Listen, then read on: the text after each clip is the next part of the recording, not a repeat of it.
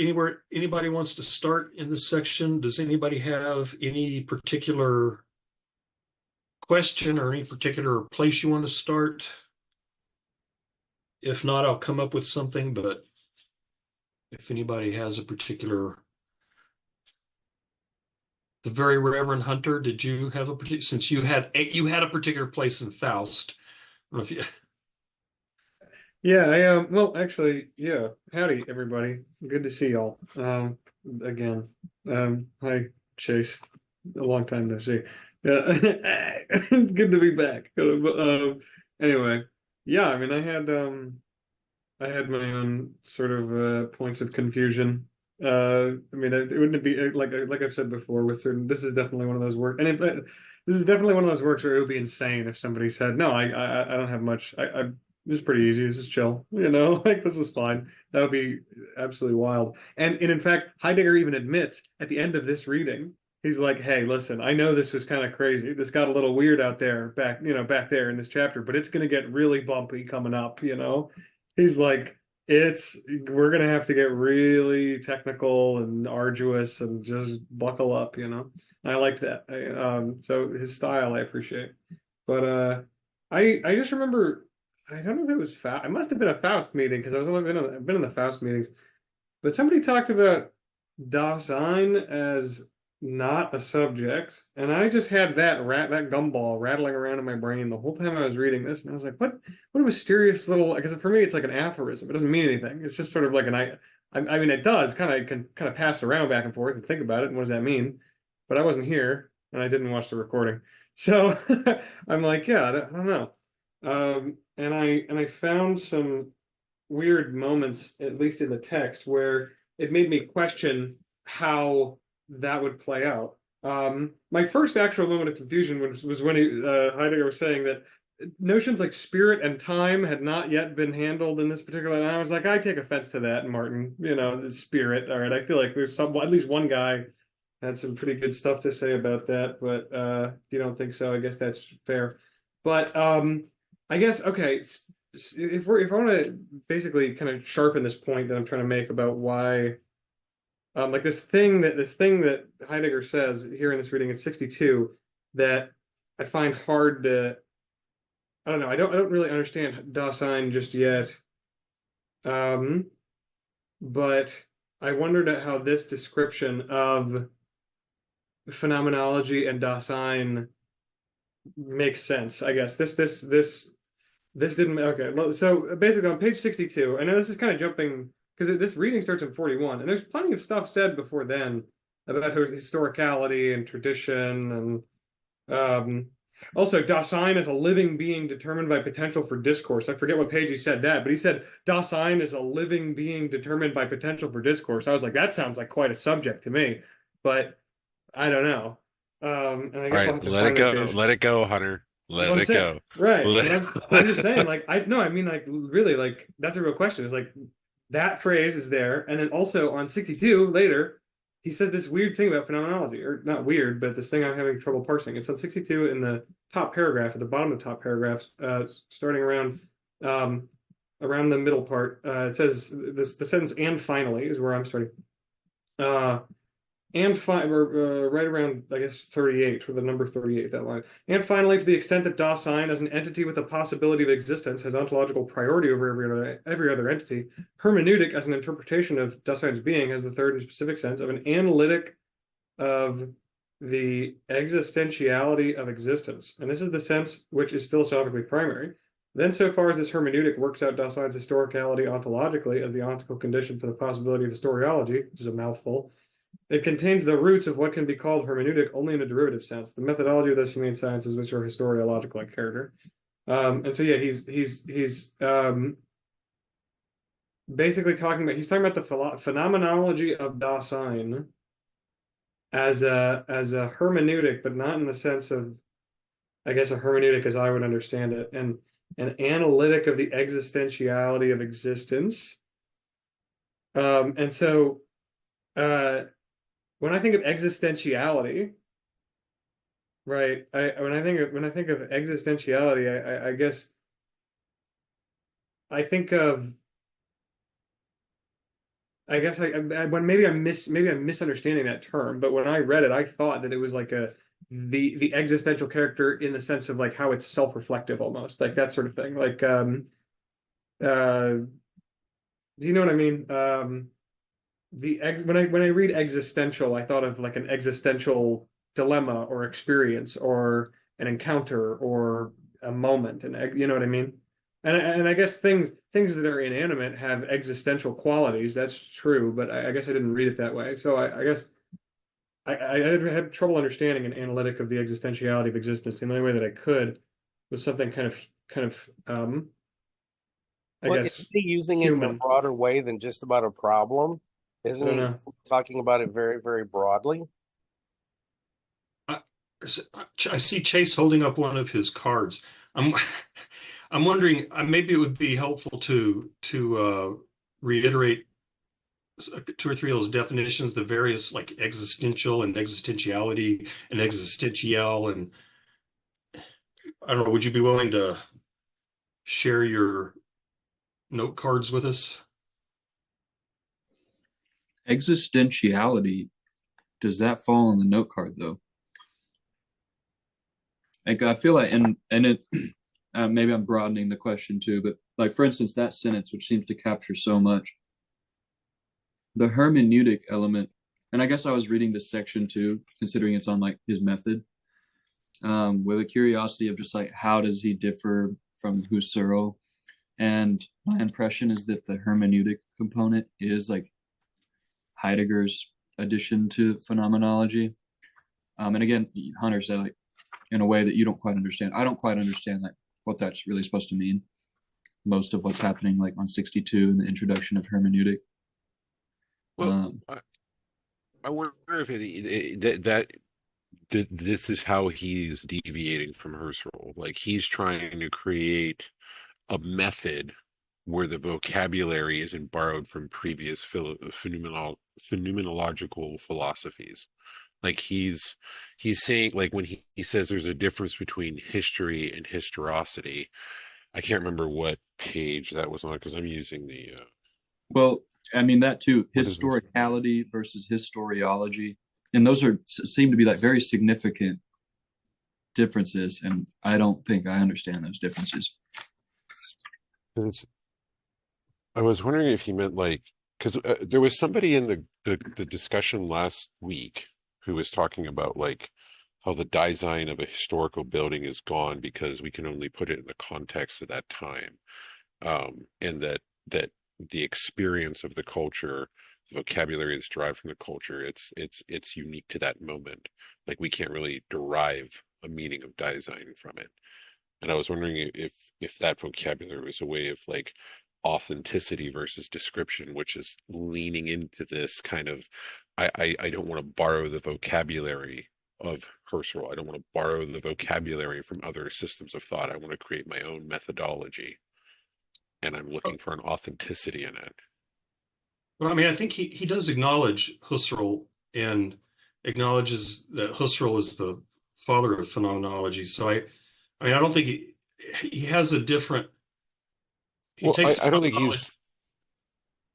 yeah, He I don't takes think it he's, different in a I'm different sorry. direction, but it is, I think he would say Husserl was doing phenomenology, and Heidegger is also doing phenomenology, but it takes it in a different direction or a different emphasis.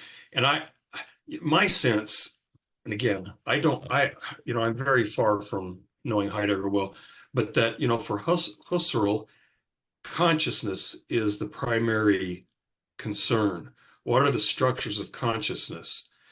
And and it is always originally my consciousness or this consciousness here, and and the structures of this consciousness. And it seems to me that Heidegger makes this shift from consciousness to being, and instead of saying I'm going to explore this consciousness, I'm going to explore being from this position. But it has a similarity in that Dasein is being in the world, and it's I mean, I hesitate to say first person because I don't think he would want to say it, but it's like from this place, I am experienced. I want to explore being in the world from this place, from this position, rather than explore the structures of consciousness. Yeah, well, and I think like to the extent that consciousness or what we would use, like I think he would say that that's like a red herring to get too lost in that because we're assuming the subject language that like he's trying to get away from.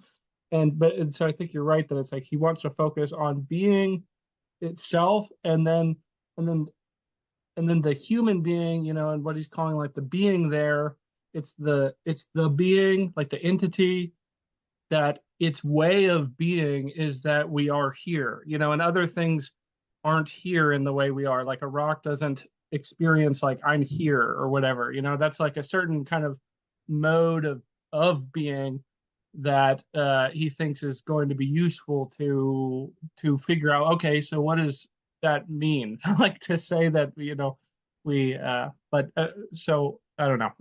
I'm just that's all I have to note on that.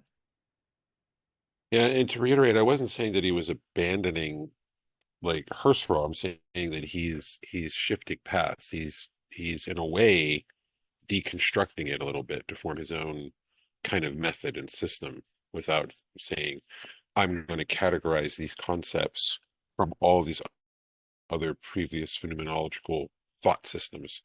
I think he's saying that when you try to approach it from that method, it you're losing Dasein in a way. You're borrowing from a system of thought that is not allowing it to inquire of itself in itself. So you have to allow there's a method, there's a logic to it, like a phenomenological approach to the method. I think he even calls it that in the section 7, where he says, for me, it's on page 26, the expression phenomenology signifies primarily a concept of method.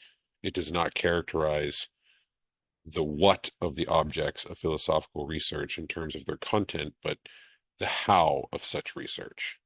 And I think that how is how he's trying to say it's like, I think he's laying the groundwork to say Dasein is so unique in its temporality and unique in its environment and modes of focus that we can't lock it into a particular phenomenological philosophy. We can only have a mode of investigation that allows us to at least have some logic to it.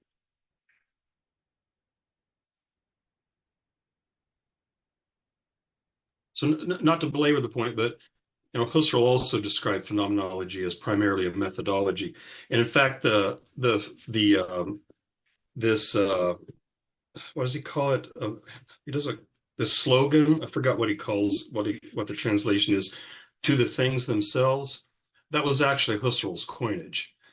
So he's starting from a similar place, but again, as I was, at least it seems to me, he's shifting from consciousness and knowledge to being, structures of being, which I don't know if Eric once told me that Kant, how did you put it? Kant epistemologizes ontology and Hegel ontologizes epistemology.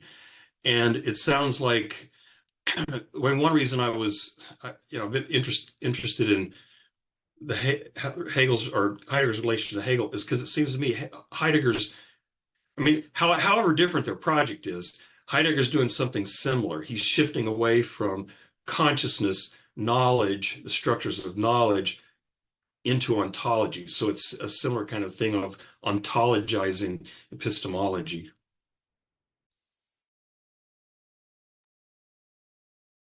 Yeah, I think that's a pretty good description, and that also gets into the hermeneutics as well.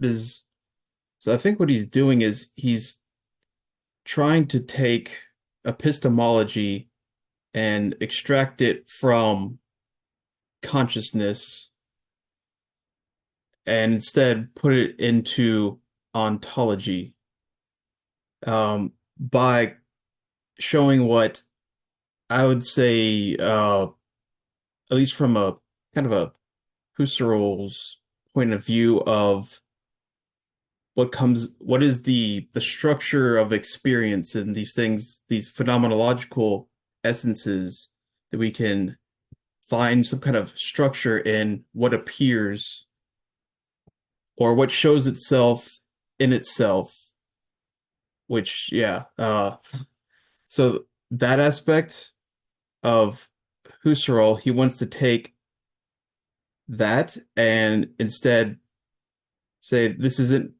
determined by a transcendental ego.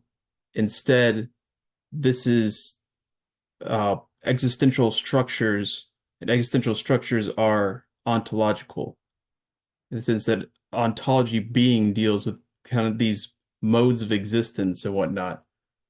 And so hermeneutics, I think, is, so it basically means interpretation, but oh, there's commotion going on. I'm getting distracted. This my cat is like meowing incessantly at the door, and now my mom had to like free him or something. Okay, yeah, y'all can't hear any of this, but it's happening.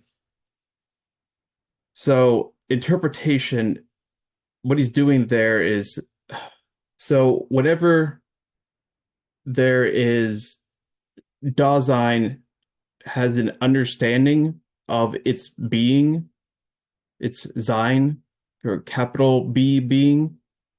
That is what he's going to call an interpretation, an ontological interpretation. And hermeneutics is just a way of doing that. It's a way in which Dasein understands the being of itself as a being. And that's why he talks about, when he does this destruction of previous ontologies, he also talks about how what he's referring to is these interpretations of ontology of being. So I think in a way he's saying it's through interpretations that Dasein understands itself as a being, but also as, in particular, it's being that makes it a being. That sounded very Heideggerian in a bad way, but But like it's not an object, right? I think he's trying to steer away from making this an exact science and treating being as just an object for phenomenology to process and categorize. I guess that's what I'm focusing on. yeah, the object thing is kind of, because it's kind of has to do with also the subject kind of determination, where I think he'll see that as it's presupposing already too much to say that something is, an object, especially what is the German word for it is like Gegenstand, which means gegen is against. It's very the tone of it is very much kind of oppositional in a way that I think he wants to avoid and instead see it. I think the way that he refers to phenomenology helps show more of kind of, instead of this imposition that the knowing subject does in order to determine objects of knowledge, instead the way it's done is through the Greek verb. It's a middle voice, so it's kind of its action isn't on some kind of direct object. Instead, it's active, but on itself. So it's something that shows itself in itself. I think that way of kind of like a letting there be, opening up a space in which things show themselves so that we can describe them as I think that is instead the basic kind of what he's trying to do, instead of this traditional way of seeing it as epistemological knowing subject that is that is oppositional against the world of objects that are known things, objects. But yeah, that's all rather complicated with Husserl because Husserl is much more sophisticated than the thing I just described, is he's trying to get rid of that distinction as well. But instead of saying okay, so the phenomenological bracketing, I think, is that's the thing that Husserl really does, is he says that we're not going to care about whether it exists or its being or whatever. That is beside the point. Instead, just going to deal with things as they show themselves, according to, the immanence of consciousness. And it doesn't matter, that's beside the point whether it's the nature of its existence or being or whatnot. So yeah, it's definitely quite complicated. I still don't really know Husserl himself enough to be able to say what exactly is the difference between Husserl and Heidegger, but you can tell how complicated it immediately is, and that he's definitely taking quite a bit from Husserl, but changing it very dramatically. Yeah. Just to piggyback back off of that. Yeah, I think it's a good comparison or a good idea to bring up bracketing. I think Husserl really focuses on bracketing assumptions and to the things themselves. Like he wants to observe the objects as they appear in perception. But I'm not sure Heidegger's so much doing that bracketing, or maybe he is, and this is why I say maybe it's a good idea to bring up bracketing. I think what he's bracketing though is like the baggage of traditional philosophical inquiry, and like that tendency to go into that subject-object dichotomy. So maybe that's kind of the bracketing, and this is why he's bringing in phenomenology, because phenomenology has the tools that can allow us to observe the existential structures that constitute Dasein's mode of being. And then, yeah, for that, you require, or he at least believes, we require a hermeneutic or interpretive approach to parse these structures, be able to describe them or arrive at some knowledge. Chase and Mario, but my understanding of Herschel's bracketing, it's still an observer or observers doing the bracketing. And from what you and Nevitt were saying, I thought that what Heidegger was trying to do was not be dealing with the observer when he was trying to discuss being.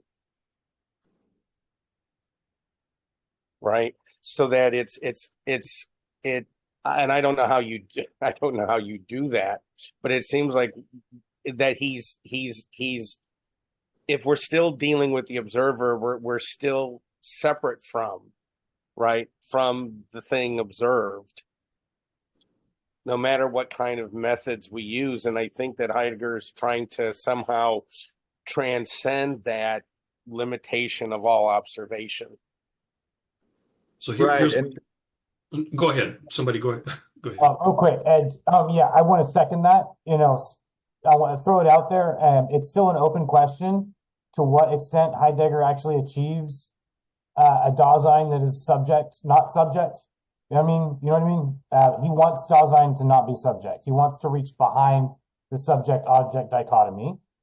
But subsequent thinkers have questioned to what degree was he actually successful with that project.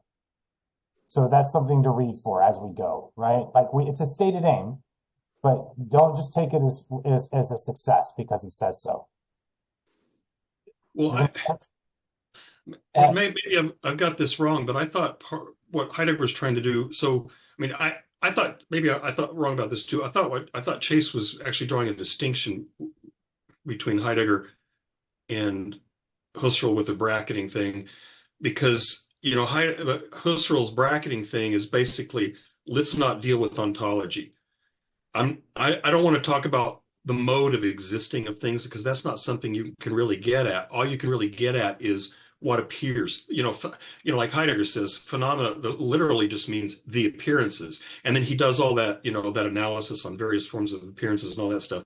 But as far as my understanding of Husserl is saying, let's bracket the question about being and ontology, because that's not something you can really get at. What we can get at is just the structures of consciousness and what appears to my consciousness. Whereas Heidegger is saying, no, we need to talk about ontology. And my sense was that, and maybe again, as I said on Discord, I drank too much Heidegger Kool-Aid, Dunkel flavored apparently, but that, my sense was that what Heidegger was saying is that what I experience, I hate to say but that the structure of experience is being, that I don't experience just the phenomenon of consciousness, but what I experience is my being. I don't experience that very directly or clearly, and I experience the being of these things not clearly or directly, but what I experience there, what's primary is being. And I guess I'm a little bit sympathetic, to say, well, but that's really consciousness. It seems to me is begging the question. It's like saying, no, Heidegger, you're not talking about being, you're talking about consciousness. But, maybe I'm wondering if what he would say is, no, look, I'm talking about being. And so to say it's all a matter of consciousness is to presuppose that it's all a matter of consciousness. And why not just say that things that appear to be actually be? So just to be clear, I'm saying this, much of the scholarship afterwards is kind of opened up the question, to what extent is Dasein not the subject as Heidegger intended? And I don't see anything in the text so far to convict him and say, no, you already failed, dude. You know what I mean? I'm just throwing it out there as like, this is, something to bear in mind for a critical reading. We may be gunning for something like, hey man, yeah, let's move beyond subject-object dichotomy. Go for it, Heidegger, go for it. And then, oh man, he didn't quite make it, or however it shakes out for you, whatever your feelings are about it one way or another is beside the point. I'm just saying, don't take his word for it, but really judge the argument. And like I said, so far I haven't seen anything. But when Mario was saying something like he's not doing a historical bracketing, but he kind of suggested, well, the section here, like the destruction of the tradition of metaphysics, right? I mean, definitely do get the sense that it's complicated, right? But he's trying to reach back behind the tradition of modern epistemology and recover something in an originary sense that the Greeks started. And to me, that is already question begging, if that's even possible. If you can just negate or forget the history that has brought you to this point, that has led you to turn around and ask the question about how to negate the several generations that have preceded you in order to recapture something. And I mean, there's a whole literary kind of problem here. It's like, can you read James Joyce's Ulysses like a 1922 reader? Given that it's such a big deal now, like, no, like we're past a certain watershed where, like, by the time you encounter Ulysses, you already encounter it as a certain kind of informed subject that the original readers. I mean, and I think Heidegger would take the point, we can't witness the Parthenon the same way that the original, dwellers of the temple witnessed the Parthenon. There's something about that that's irretrievable. And so it's just, to me, it's how to what extent is it going to be successful to kind of jump back over the modern tradition and recover something original from the Greeks. I think you can get close, but I don't know if you can fully complete that. I don't think you can eliminate the residue of your time and place and everything that brought you to it. I kind of feel like what you're pointing to is kind of Heidegger's point. Like everything kind of has a residue, and like Yeah. you don't have like brute facts that you're just like working with. Like something that I kept thinking about was how different this is from something like Wittgenstein's Tractatus, where it's like the world Uh-huh. is like the totality of facts. Heidegger would be like, no, it's not. It's not like, an assortment of objects arrayed in such a way that like, we could have a perfect description of the world. It's something that's like meaningful to me and has like a residue of like my historical time. And that's like, that's what we should be interested in when we're talking about how things exist for us. That's Um, how I was thinking of it.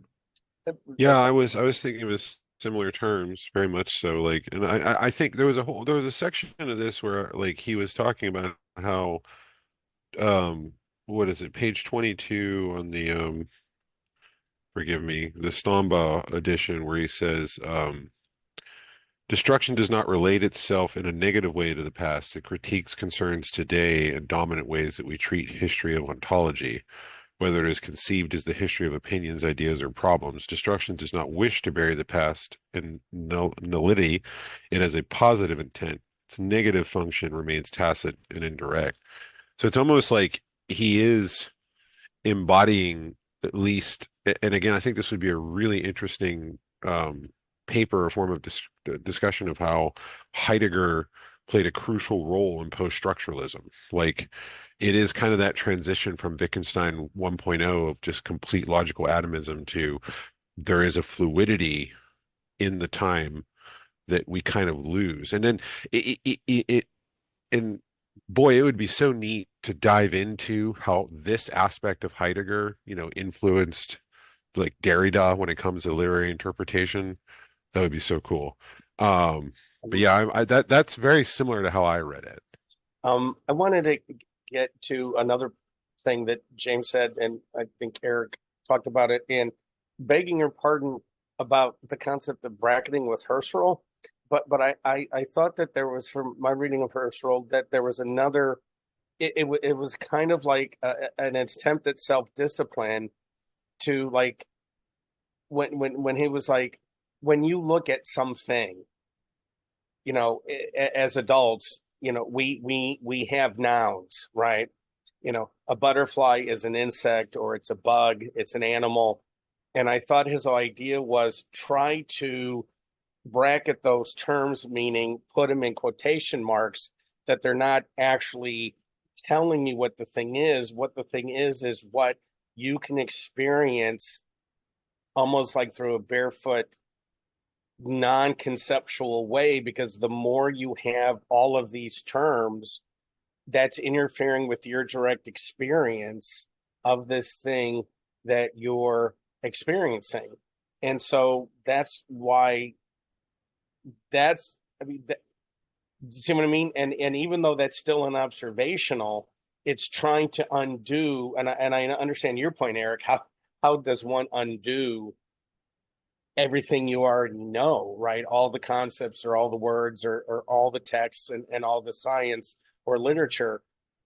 But I thought that Heidegger was able to write this book because he already had Husserl's writings, right?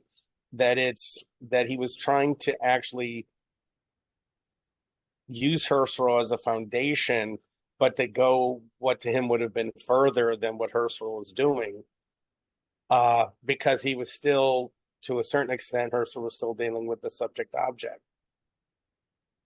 Yeah, and then I mean, going to the post-structural potential influence or whatever, I think Heidegger then also wants to really historicize it deeply, like to question just this whole tradition of how we talk about it. How like to go part of why he wants to go back to ancient Greeks is like these are the first guys in our history or whatever of philosophy that are coming up with ontologies, and they've just been this bedrock that we've like tweaked or try. We're always kind of responding in some way to their work.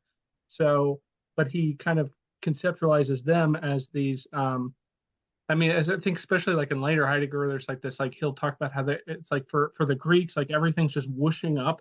It's like it's just like very immediate kind of experience of being, and he wants us to kind of try to recapture that. And I mean, that was something that Husserl, I don't think, was really concerned with, trying to get to the roots so much. But I do think he's like deeply influenced by Husserl. Yeah. So earlier I was a little cautious with the word bracketing because I don't think Husserl or Heidegger really thinks that bracketing, at least in the way that Husserl approaches bracketing, is necessary at all. I think Heidegger doesn't think it's necessary because of us being in the world at all times. So, there's not like a need to bracket any metaphysical assumptions. Rather, we're already here in the world, and all beings are in the world. So, oh shoot, I kind of lost my trail of thought. I'll come back to it if it comes back. So I made this comment in the chat, but my sense is that he's not just trying to say, let's get back in a mode of thinking of some particular historical group. Like, it'd be really nice if we could kind of think like the Greeks. I don't think that's what he's doing. I think what he's claiming is that the Greeks had a primary encounter with being that is a fundamental way that human beings can encounter being. And he's not just trying to get to some historical vantage point. He's trying to clear away all the, I mean, I think of it as it's kind of a what's the word I want to use? Anthropological dig. He's trying to dig down through all the sediment. Is that a Husserl thing? He's trying to dig down through all the sediment and uncover what this original experience was like. And so, again, I don't think he's just saying, let's think like the Greeks. He's saying, no, let's see if we can get into this mode ourselves in which we too can have this primordial experience of being. So it's not like because he explicitly says in this, at least in the Stambach translation, I'm not trying to relativize things. I'm not like getting to you've got this mode of being now, and you have that mode of being now, and it's all the same. He's like, no, there is a primary mode of access to being that was available to us that got covered up. And so this dig is trying to get back to that place. Yeah, I totally agree. I mean, if it sounded like I was saying something different than that, then no, I wasn't disagreeing with you. I was just okay. Yeah. But I mean, to that point, I mean, and maybe other people could help me with all the stuff about appearance. That part was really interesting to me, but it was just I've been like trying to like rereading it. Like I remember in that section when he's talking about the method of phenomenology, and he's talking about, in a way, like he brings up the slogan to the things themselves, but in a way it seemed to me like he was trying to be like, but that's kind of a slogan, like, and this actually has a kind of a deeper meaning, at least as I'm using it. And he starts talking about appearance. He's like, and in a way he says it's like, I'm not just saying it's things as they are, as they appear. And then he makes this analogy to, at least in the Stambach version of like an illness that appears, and that kind of maybe made some sense to me if I was understanding it correctly, because he didn't flesh it out, but it seemed like part of what he was saying is like, if you have an illness, you might have like a fever and a cold or whatever, but it's not just like what James was saying earlier, this like collection of these facts. It's like they're all working in tandem as part of this interpretation of your symptoms of like, oh, okay, this is, you know, the flu or whatever. I mean, that's kind of an analogy, but similarly, as we're trying to approach being, it's not going to be just like a discrete object that we're looking at. It's like we're involved, our Daseins are involved in the interpretation. And so it's going to involve, you know, an interpretation of even how we're interpreting and whatnot to get closer to that, you know. And so I'll let other people jump in. Yeah, so I think about the kind of this history of ontology that he's talking about, the destruction of it, and how it relates specifically to the Greeks. So he's not saying that he can go back and kind of recover the same experience that the Greeks had, as in a kind of like knowledge claim about like I can do the same thing the Greeks did. Uh, Instead, so I think actually, so why he's interested in the Greeks so much, and there's a few reasons, but I think the main reason, at least here, is that it's because the Greeks actually fucked up so much and obscured so much, and because we still have so much of their baggage that we don't explicitly consider all the presuppositions of we got from the Greeks, from Aristotle and Plato and everybody. And that's why we need to go back and re-examine the Greeks because they got a lot wrong. But I thought he thought the pre-Socratics had a lot right.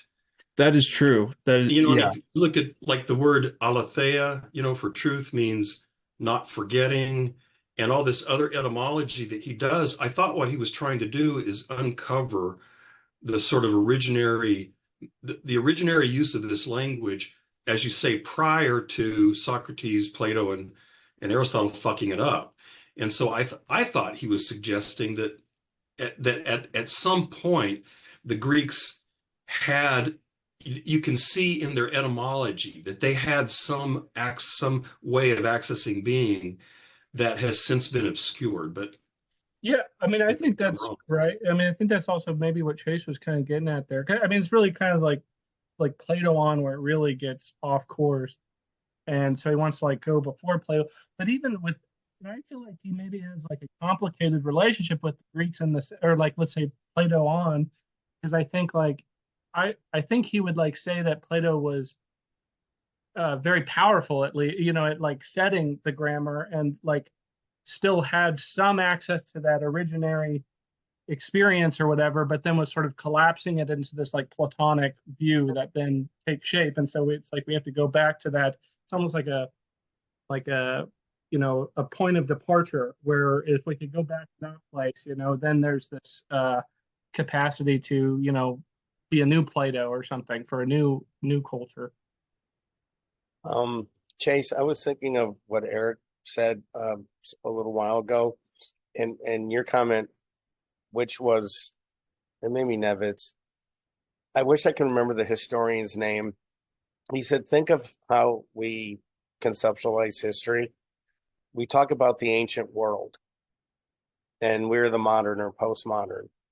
Well, but if you look at a human being's life, when they're 2 years old, we don't call them ancient. So if you look at human civilizations and cultures, the pre-Socratics aren't ancient. They're really new.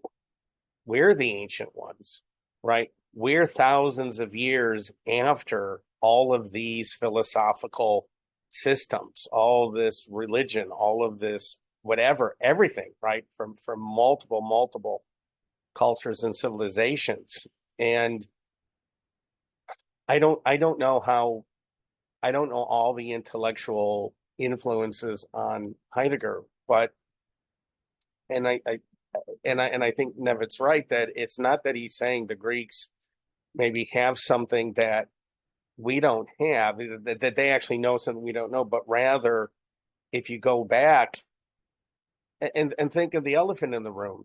I mean, Christianity, right? Imagine a world, imagine approaching philosophy and Christianity doesn't exist, right? Islam doesn't exist. It's not drifting around anywhere. I remember you making a comment of Hegel and Lutheranism. Remember when we were talking about the phenomenology of spirit, Chase? So I don't know. I just got a sense that even if he's not doing it, even if he's not able to do it, I thought he was trying to go back to really fundamental understandings. And I hate to use the word understanding because that then implies a subject and object. But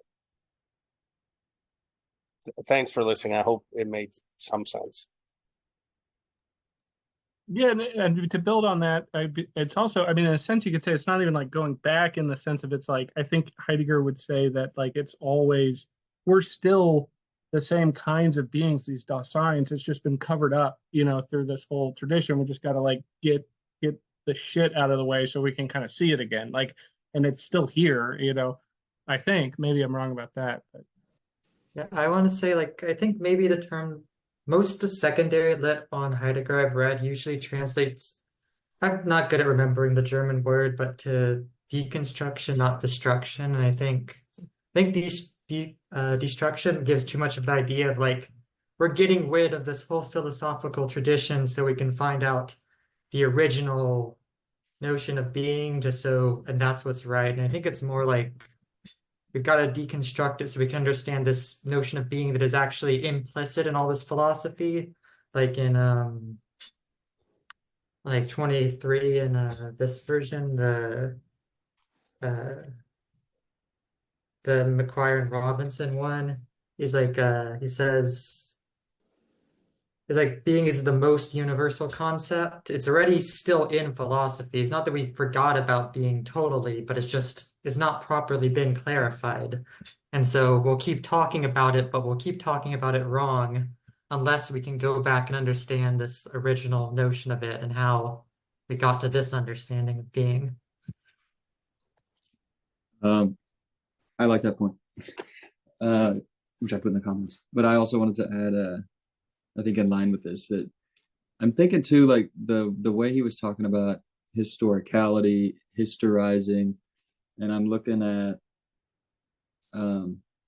page 20. I'm believing that's the German edition, the numbers in the margins, which I'm understanding that those are in the Stonebauer translation as well. So I'll try to cite those, but this is page 41 of M&Q.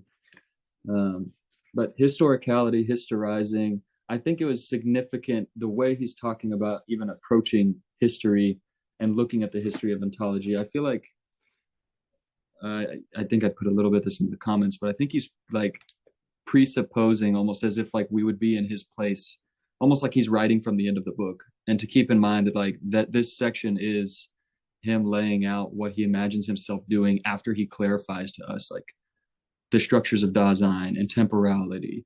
And so I think there's like this like almost this kind of like you wouldn't quite understand what I'm kind of laying out. I don't know if that's absolutely true or not. I kind of defer some of my own like ignorance in it and just kind of like set that aside and just kind of like follow along with them for a bit.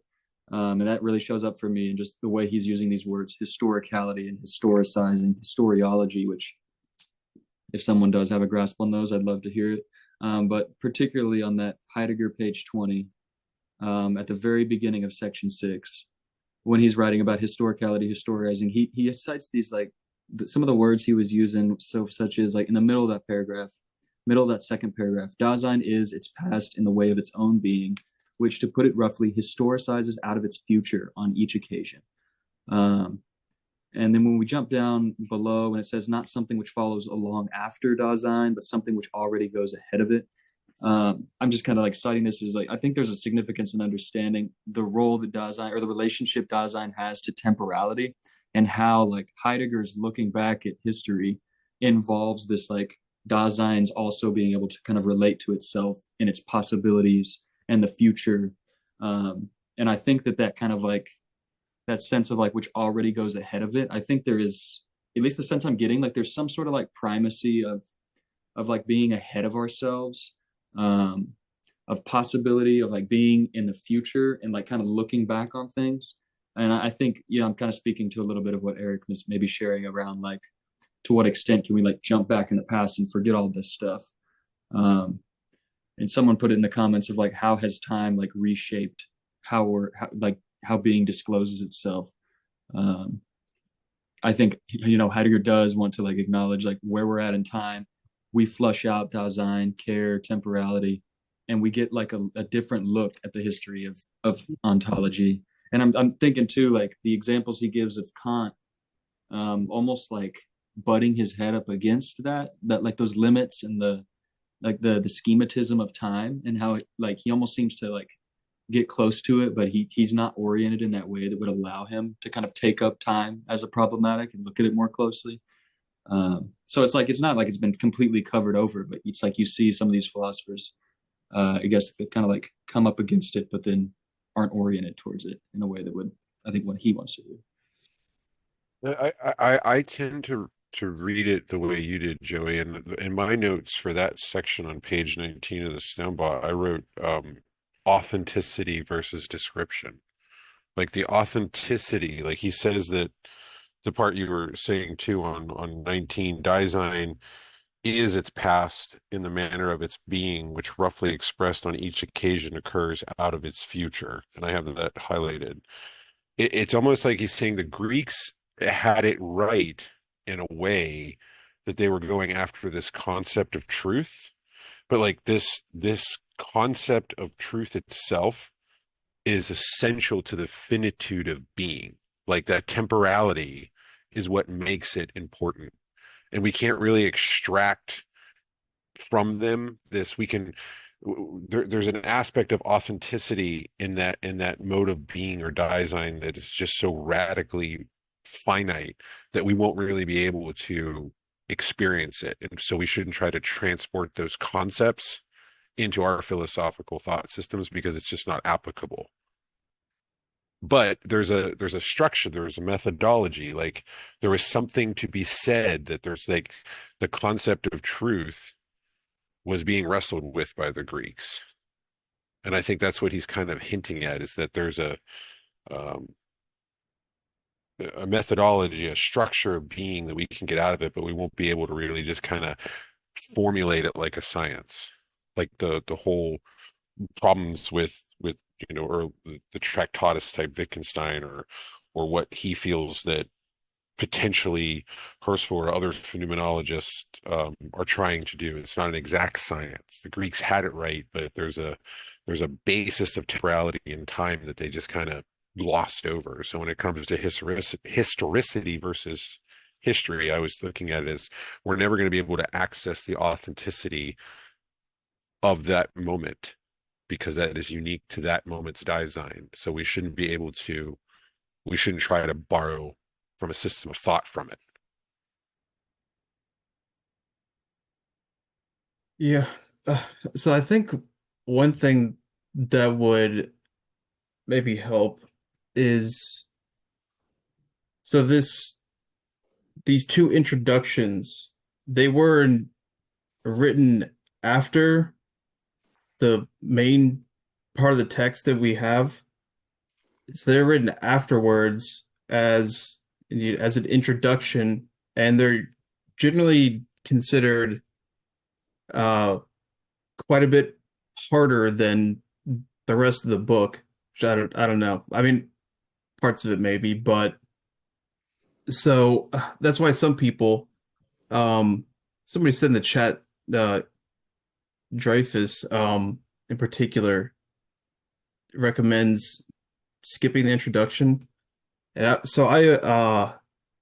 there's a Continental Philosophy Discord, and they were reading Being in Time a while ago, and I listened to some of them, and they had this guy that was this kind of independent scholar expert on Heidegger, and he also recommended the same thing to the point where the reading group just actually did skip the introduction. He's like, no, don't, just completely forget all about it. And I think That would have been why helpful that's yesterday, also Chase. That would have been. Maybe we should have started there. yeah. So well, see, I don't know. Okay, It's so just I think one thing that is confusing about it is so he basically, okay, it's one of these things kind of like Hegel's preface in the Phenomenology, where he talks about absolutely everything he's going to talk about in a condensed format. And then the rest of the text is just explicating, it's expanding on those points. It's almost like he's got these bulletin, this outline of all the points that he's going to cover. And then indeed the text, he goes into all the detail. So part of the problem with that is he talks about some of the stuff, the temporality, time and history and all this stuff. He really won't he will get into it somewhat in the first part, but that's all mainly in the second part. And which doesn't mean we can't, ask about it now. Of course it's still important, but um I think that's why it seems to be so there, there's so many different terms that he's immediately throwing out at us. Like, yeah, the stuff about history, like his there's historicity, of course. That's actually a pretty important one. And then there's, world historical. There's all these, what's the one? So the way that history is normally, the possibility of historicity as a temporal mode. Yeah, anyways, there's multiple concepts of history going on here, and also time as well.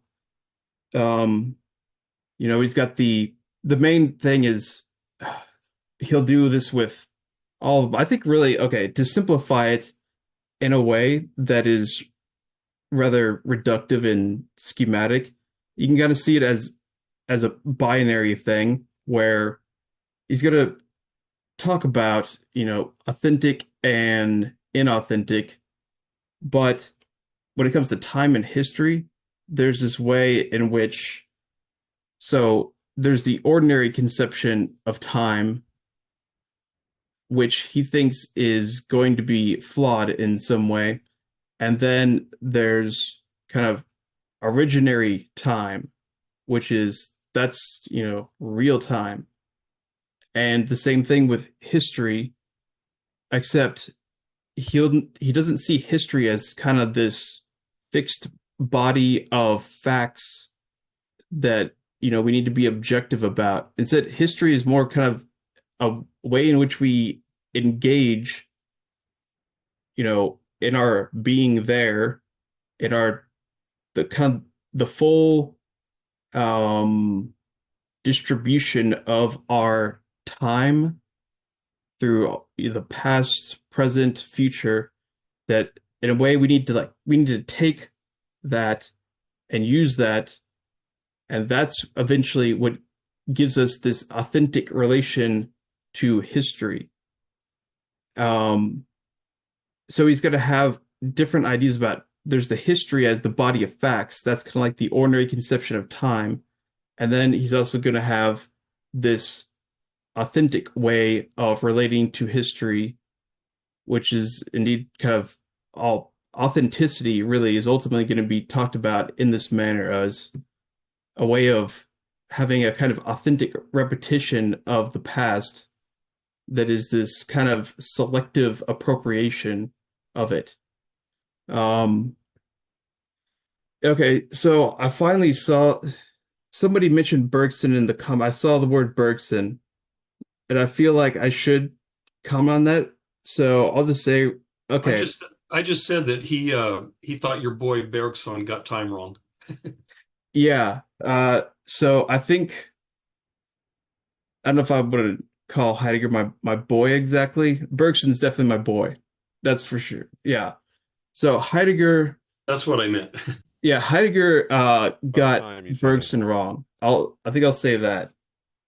And there's a book called The Origin of Time, and it's like a 300-page book about how Heidegger his reading of Bergson is intentionally selective.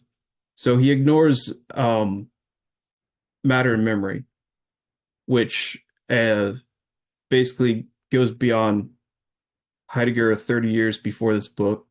Um, and then all some of the things that he does explicitly say, it's all kind of a little ambiguous about exactly what he's doing with Bergson, but also so one thing, I think he makes a good point. Okay, so to get into some specific detail, so he says that okay, Bergson understands the ordinary conception of time as really being space, but this is a problem because really he needs a genetic concept that explains the genesis of this ordinary conception from the original conception. So how from real time do we get this illusory, that's not exactly Heidegger's terminology, but let's go with it. How do we get these transcendental illusions of time as space or whatnot? And Bergson does that in Creative Evolution, in the third chapter in particular. And then he also does it for kind of what he's talking about with the history of ontology and going through and showing, where did ancient philosophy go wrong in terms of how they conceive time. He does that in the fourth chapter of Creative Evolution. But Heidegger does not talk about that. He kind of sticks to a few points in Bergson's first book. English translation of the title is Time and Free Will. In which case, I think Heidegger does make some points about the limitations of that book, but according to The Origin of Time, I can't remember the author, but he even got that book wrong, apparently, according to The Origin of Time. So yeah, that's Heidegger and Bergson. They're a lot more similar than Heidegger makes it out to be. And there's a lot of things that Heidegger actually, it looks like he was influenced by Bergson to a certain degree, specifically about the distinction between an ordinary conception of time, that's kind of like a scientific concept of time, clock time, and then this originary idea of time. And then to kind of want to add some drama, I wonder, maybe not at this point, I don't know, but the fact that Bergson was French and Jewish, maybe that had something to do with the fact that he's kind of trying to downplay at least the influence of Bergson. I don't know, that's rather speculative, I guess, but I kind of lean towards that as well, because a lot of Bergson's whole aspect of like self-consciousness being to be able to see like a change in constantly becoming and being something new does kind of smack of Heidegger, right? So we kind of want to downplay that. Yeah, yeah, definitely. the thing, yeah, didn't Heidegger like originally like dedicate this or one of his other things to Husserl and then like remove the dedication later after he joined the Nazi Party? So it Yeah, does he did he has do a that. tendency Yeah. to downplay his Jewish influences. Mhm. He was active in getting Husserl out of the academy, wasn't he? Yeah. I don't know the whole story, but I know that is true, that he fucked over Husserl. Yeah. Also, kind of seems like a very German thing generally, like coming from the German idealists as well. Like it seems just kind of be like and I'm saying this like in a like James's like comment. It seems like that's more of like a thing that Germans get into. Um,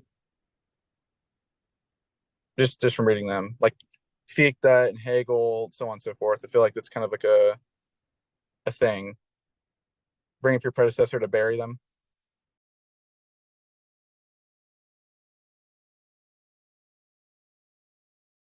I mean, actually, I'll just say this. I think, based on like on the bring up your predecessors to bury them thing. I like that Hegel at least was quick about it. You know, it was in his thesis for his doctorate, the sixth of the 10 theses, which I have considered getting like tattooed on my body. They're like my 10 commandments. They're crazy, because they're so ballsy. One of them is literally like the critical philosophy at its greatest extent is nothing but an extended form of skepticism, and this is all that Kant was ever able to achieve. And he had to argue that in Latin, like a Are you gonna faculty get it member. He's tattooed in Latin on you, he or was dude, it was you crazy. should? I'm I'm just totally saying. on board with this. Thank you. But I'll just say I think Heidegger I think that Heidegger, at least I don't know about his relationship with Husserl and Bergson. I don't know about that, but I think that when he comes across sometimes as at least in the case of somebody that I know about, like when he talks about Hegel, based on the things like Eric pointed out, based on some of the things he says about Hegel, I don't think he just has a distaste for Hegel. I don't think he dislikes Hegel. I think he's quite fond of, or at least, really appreciative of the work that was done and admires the scale and has called it in, I don't remember when, but there's a pull quote that I remember from Heidegger calling Hegel's work the culmination of the Western metaphysical project as it stood at that time. And so he's definitely critical. But like Eric pointed out, when he says that Hegel's philosophy's, kind of grounded in or that Greek ontology, like Eric pointed out, it's just like, yeah, Hegel would say yes, definitely. That's one of the, it's grounded in that. And then I'll show you if you read my book, if you buy my book, I'll show you all about how that turns into this thing, and then maybe it will, whatever. Okay, so that's my point about that. Yeah. So I don't mean to pivot too much, because we're talking about how Germans love to get their colleagues kicked out of universities and stuff. But I thought we were talking about tattoos. Anyway, yeah, back now to we're everywhere. But I wanted to I guess I just before we're out, we have another half hour, and I wanted to put my finger on what I think in my mind is like a sore. Yeah, I want to put my finger, so to speak, right on this spot that I mentioned in the chat, but I put there. it in this kind of short There's way. your thumbnail, Chase. Pull that one out for the YouTube channel. Oh, That there it is. that picture of like Sylvester Yes, Stallone pointing his big yes. finger. That's a good one. Please don't lose that gem, Chase. Put Heidegger on there. Anyway, so I am thinking about what we're talking about this well, how much when we're talking about Heidegger's relationship and how much he's indebted to or not, whatever, Husserl, right? How much he's indebted to or diverts from the work of Husserl. There's at least on a lot of, in the way that we're talking about Heidegger's approach to not approach to, but what he has kind of gotten from Husserl's bracketing. It seems like there's this. I mean, it's really hard to pin, because I can understand that. I can understand the sort of formal framework of the philosophy of the methodology. I can understand formal frameworks and methodologies all day, and this one happens to be the phenomenological analysis of Dasein, which is an analysis of the existentiality of existence. Sure, I can understand that formally, like all day. That's fine. But the in this phenomenological method of investigation, right? And in fact, in the section called the phenomenological method of investigation, Heidegger begins by asking a question, basically. He poses the question, is the logos primarily discursive? Is the logo, or is it majority, or when we think about it, is it discursive? Is it bounded by discourse? And then he gets into his logos as, or is logos is, or his positing logos as letting something be seen as something, The problems with that, logos cannot be the locus. The logos cannot be the locus of truth. But then on page 58 and 59, he starts the preliminary conception of phenomenology, getting into the hidden and the point of departure, and all these italic German words that are just totally gone, by the way, or at least 40% of them I'm never going to remember, and I can't. There's no way these are all vocab words. But so on page 61, as he's talking about this, the covering up, the multiple possibilities of the covering up, like in Nevitt's description of the sediment, these concepts, or maybe we can call them concepts, but these things that are covered up, sometimes being covered necessarily or by accident, which I think is weird. I think that would kind of run counter to like Hegel's conception of the necessity of self-othering, like the necessity of self-covering. You know what I mean? Whatever. But anyway, on 61, it's the second paragraph on 61 that is another point of confusion for me.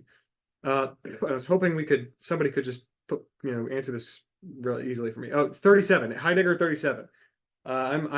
Yes, H37. Right there. The way in which being and its structures are encountered in the mode of phenomenon is one which must first of all be wrested from the objects of phenomenology. Thus, the very point of departure for our analysis requires that it be secured by the proper method, just as much as does our access to the phenomenon and our passage through whatever is prevalently covering it up. The idea of grasping and explicating phenomena in a way which is unoriginal and intuitive, is original and intuitive, is directly opposed to the naivete of haphazard, immediate, and unreflective beholding. A lot of emphasized words. A lot of different words that are really grabbing my attention, or that are asking for my attention. And that's potentially, if I were an English professor, maybe I'd say that's a flaw, because it's like, let me focus on one. You're kind of yanking me all over the place. But so that aside, it's the idea of grasping. It's one of the most basic characteristics of this phenomenological stance. I don't know if it's a stance, it's a methodology, or so. Maybe a stance would be, because stance implies a thing taking a stance, which is a subject and an object. See, I don't want to get in trouble. That's the problem. You know what I mean? I'm all like, I'm policing myself. I've got a police officer in my head, and his name is Martin Heidegger, and he's telling me to say things right, and I can't. All right? I'm cracking. You're not in trouble. No, you're I'm fine. cracking. No, it's okay. All I'm wondering is this last sentence. The idea of grasping and explicating phenomena in a way which is original and intuitive is directly opposed to the naivete of a haphazard, immediate, and unreflective beholding. So this involves the word intuitive. And I, since we're all talking about, that stuff lately, there's an old quote from Goebbels. From a famous intellectual, Goebbels, who said that anytime somebody said the phrase motherland, which usually referred to Russia, anytime somebody said motherland, he would instinctively reach for his gun. He would just, oh my God, his hand would reach down for his belt for his gun. And anytime somebody says intuition, at this point, especially in a book, I reach for my gun. I'm instinctively ready to shoot. Oh my God. You know what I mean? So what I want to know is this intuition, is this like the kind of intuition I'm aware of and ready to take aim and fire at, or is this some sort of other kind of intuition that's more palatable to me? See what I'm saying? That's my question. He stole it also from Bergson. It's Bergsonian intuition. Therefore, you have to read all of Bergson in order to understand it. That's it. Got to reset. Shouldn't have read the introduction. Got to go read Bergson. That was No, but really, actually, I Go was back wondering to the go. same Do not thing collect about $200. the term intuition. I think my guess would be that the best way to do a kind of archaeology of that would be to look at Husserl in the way that, because I believe Husserl uses intuition. And, of course, there's the whole Kantian intuition. I'm not sure, but I was also wondering that. Yeah, it's weird you brought that up because I was literally gonna cite that in paragraph. And I was like, oh, this seems to. Oh, am I like? Is it coming out? Yeah, Better? your audio's all Is this screwy. better? No. Okay. Yeah.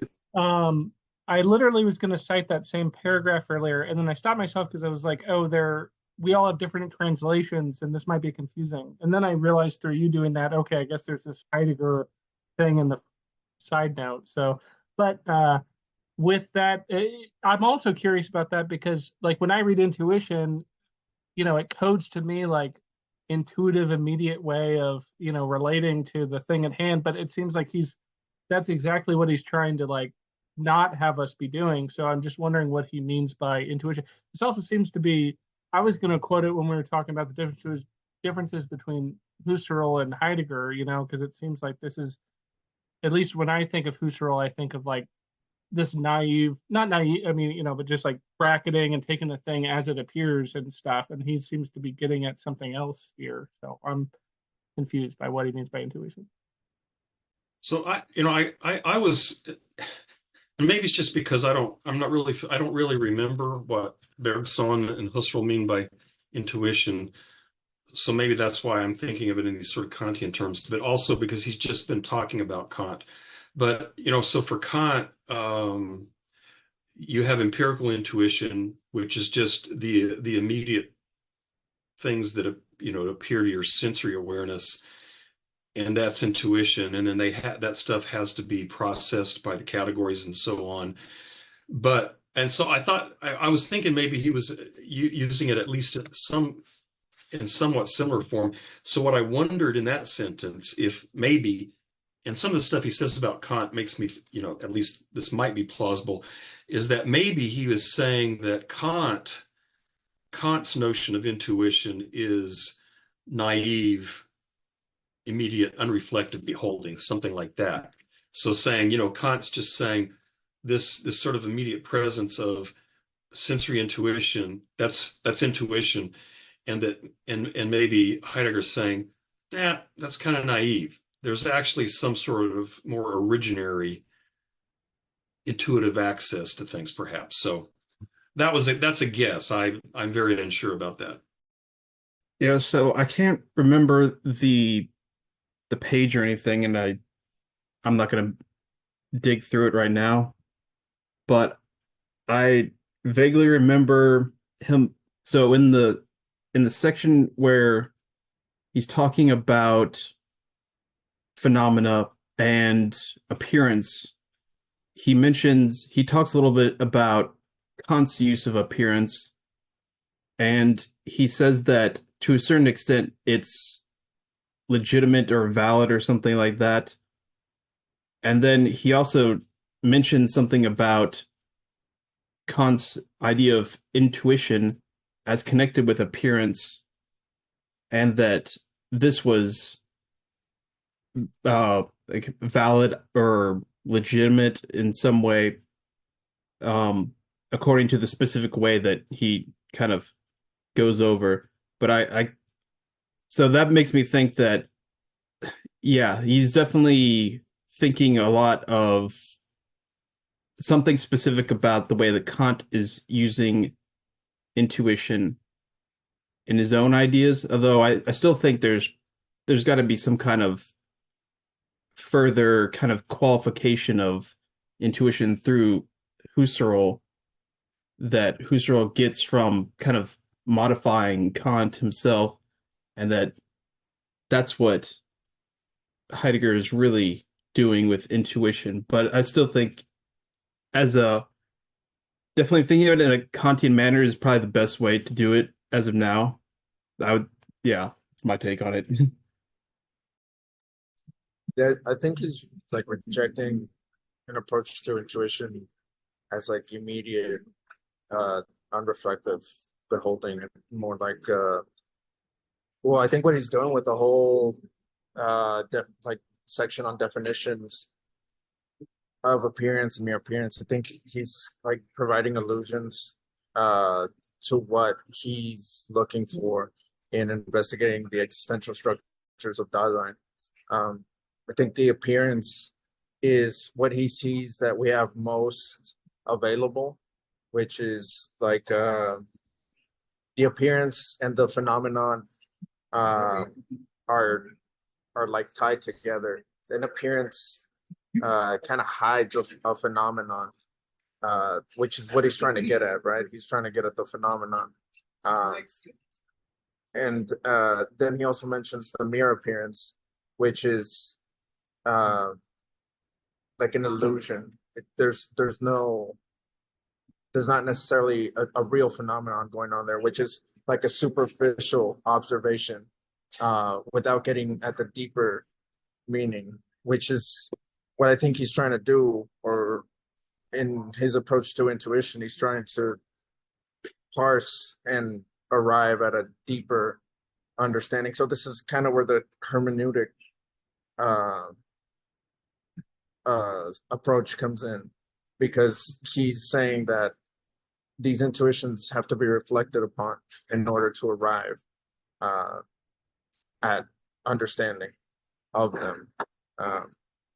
But yeah, I think with the mere appearance, he's kind of alluding to how we understand being, like the forgetting of being, how we tend to see everything as superficial because of this philosophical baggage that's attached to being, and forgetting of the question of being to begin with. So this is what he's saying with treating it instead as appearance, which actually hides a phenomenon. But yeah, I'm not sure that whole section was really, really dense.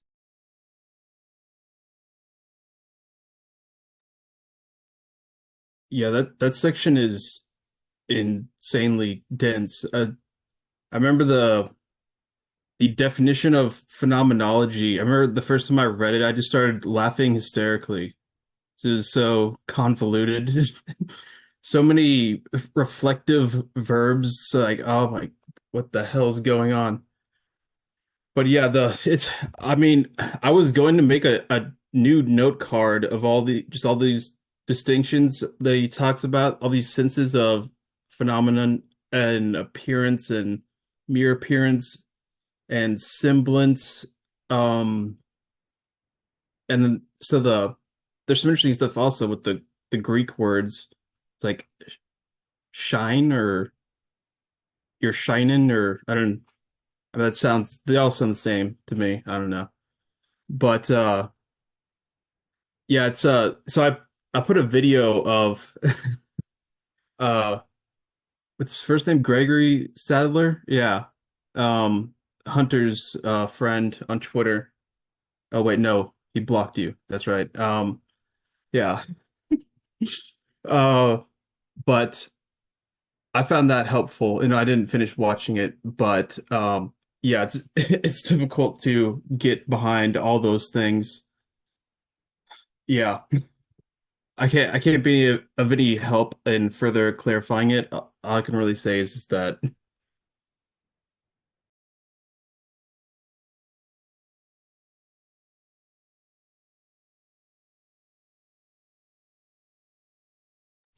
Sadler, sad and lur. You might be sadder after you're done, you know, watching his videos. I don't know, they were actually really helpful.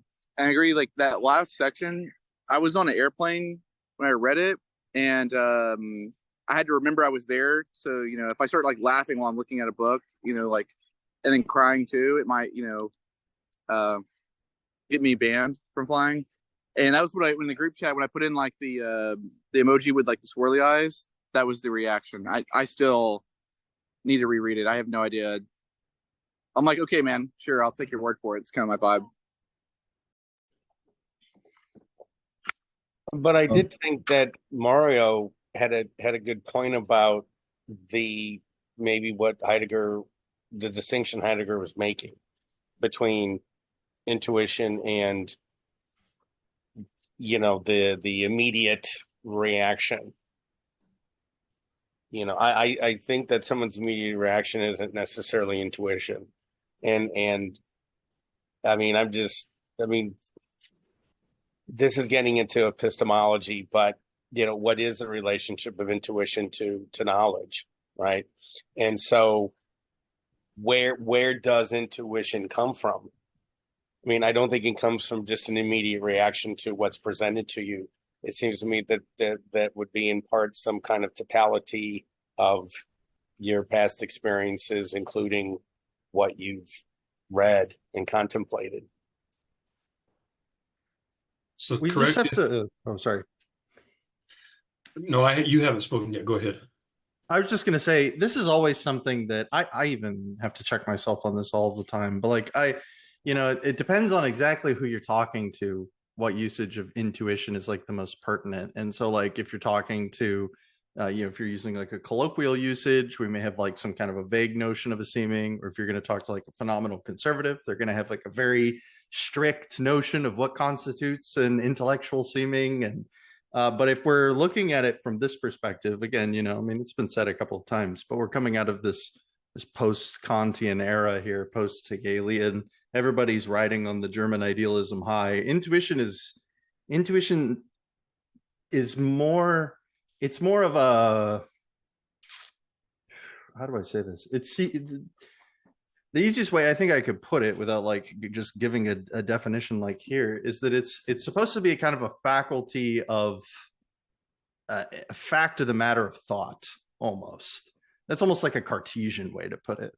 But there's, rather than it being some kind of like process that we engage in where we look at something and we're like, oh, it kind of seems to be this way. It's like a faculty of presentation of perception almost.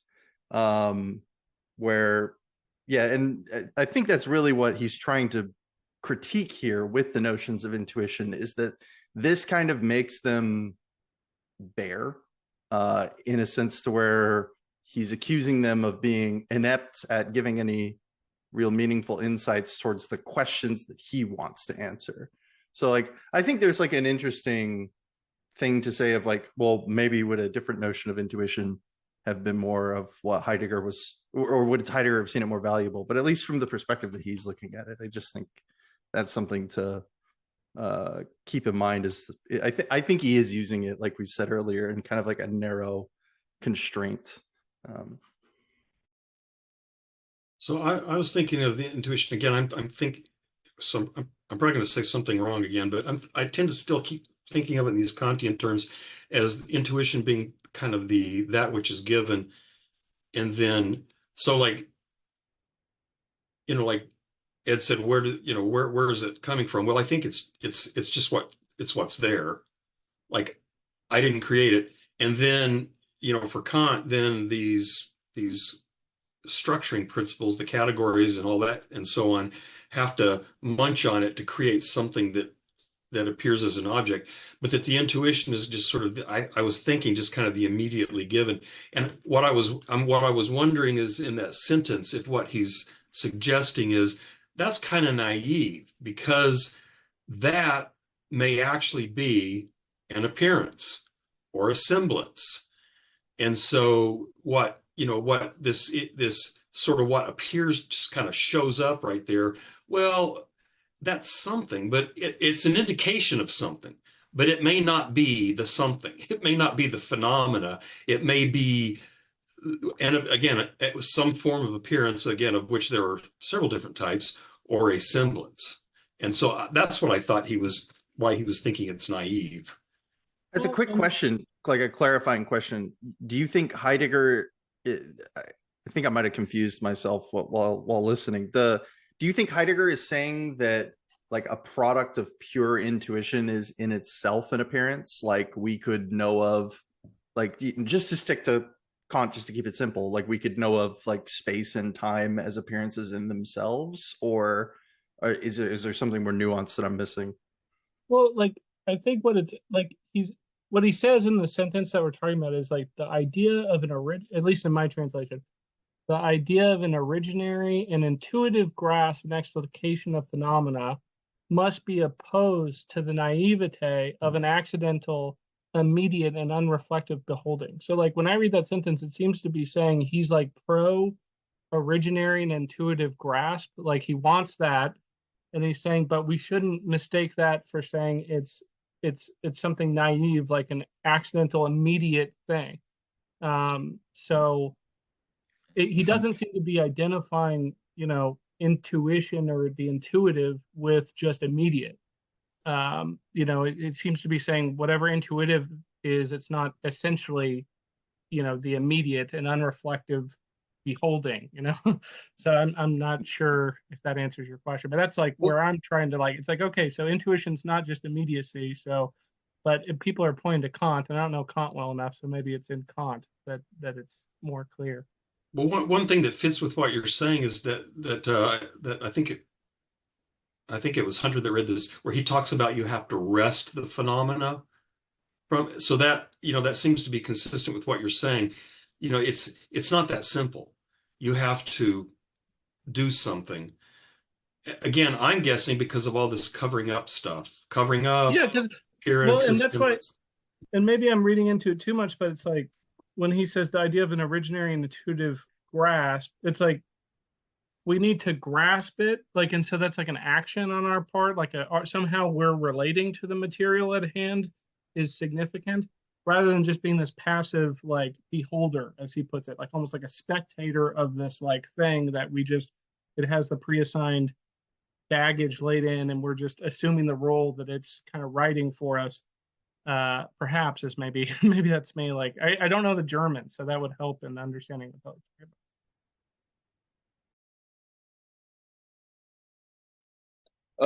My sense is that there is some kind of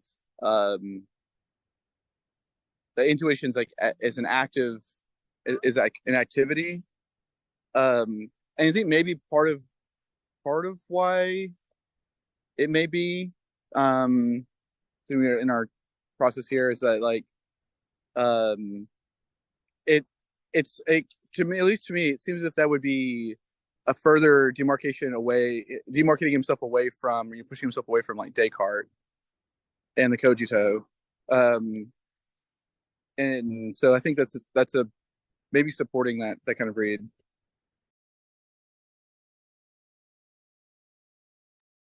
I want to correct myself. Eric made a comment. So I was thinking of intuition as the way Kantian intuition, the way Welchman talked about it way back, at the beginning of last summer when he was in a couple of our discussions. And Welchman thinks that what Kantian intuition is we don't even really have access to this, but would be, if you could experience it, bare particulars. But as Eric said, even the bare particulars, if you could get those, would be nevertheless processed by the categories. So I misspoke when I said something like, I was describing intuition as if it was the manifold of sensation, which it's not. At least the way Welchman describes it. We never have direct access to the manifold of sensation. We never even have direct access to bare particulars. We have access to, phones and trees and dogs and things, but that the intuition would be, at least on Welchman's telling, the intuition would be these sort of bare particulars if we could access them prior to their categorization into kinds of things. But still something that would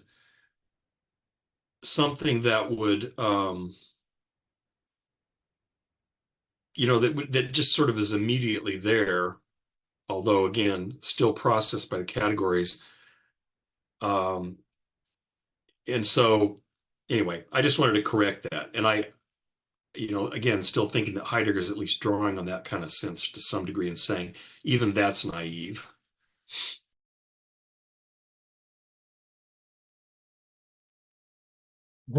I might be wrong about this, but the sentence in question that's on H37, the idea of an originary and intuitive grasp and explication of phenomena must be opposed to the naivete of an accidental, immediate, and unreflective beholding. I take that naivete of an accidental, immediate, and unreflective beholding not to be Kantian intuition, but to a pre-philosophical, just, looking on without much thought or reflection at all. I mean, the reason I brought up Descartes is that I've been doing some for schoolwork. I've been going over a lot of his work, and like in the Principles of Philosophy, specifically the first section, he talks about perception, and his categorization of mental perception is essentially this naive. Well, it's not naive. He believes he has an argument of why we can take it on face value as true. But if we strip that away, it is essentially an exact characterization of this sort of like naive, immediate, the given in cognitive form. Yeah, I mean, that's how I read this. Like, is Heidegger criticizing this Cartesian notion of intuition? That's like, cause it's in the, he's discussing at this point phenomenology. And so he's trying to like justify phenomenology. And I think I interpret it as him saying like, don't get it wrong. Like, I'm not saying when we should do phenomenology, we should go into some Cartesian and almost a criticism of Husserl in a way, like just like a catalog of the immediate intuitions that are self-evident to us or whatever, like he's trying to get away from that notion that we don't need to, because we need to wrest them from the objects or, of phenomenology. But yeah, I don't know. I think it's like anti-Descartes in a way here. And it maybe to go with what Eric's saying too, that like maybe he's saying Descartes a little bit too in line with this immediate, unreflexive view, Yeah, I think it's something like his target is a kind of common sense way in which we think of, well, kind of intuition, but his idea of beholding, it's almost like he's not picking out one specific philosophical approach to, epistemology or whatnot, but instead he's really thinking of it as this is the naive way of conceiving of how someone could think of, oh, phenomenology and first person experience and whatnot, as I'll just talk about it, whatever is immediately apparent to me. That's exactly what he's trying to say. This is not phenomenology. Is I think that the thing is the details of the description that he gives of phenomena, I think that's the key to exactly what is different from, his positive notion of what he's ultimately talking about as intuition, because he's saying that, yeah, not everything that appears is a phenomena, but phenomena are the basis of all appearances. And then he's got some other stuff with semblance and whatnot, and that's where it all gets very complicated. But I think the thing is that what is distinct about phenomena that he's interested in is that it has this act of showing itself in its appearance. I think I just got that wrong, but yeah, I'll have to read it again, like for a fourth time or whatever. But phenomena, the way that it appears, it does so in a way that shows itself in its ontological aspect, which I think that's if you take that as on a very superficial level, he would say that's not phenomena, because it's not showing how the appearance of it shows itself, how it has this action of revealing itself. That's really phenomenology.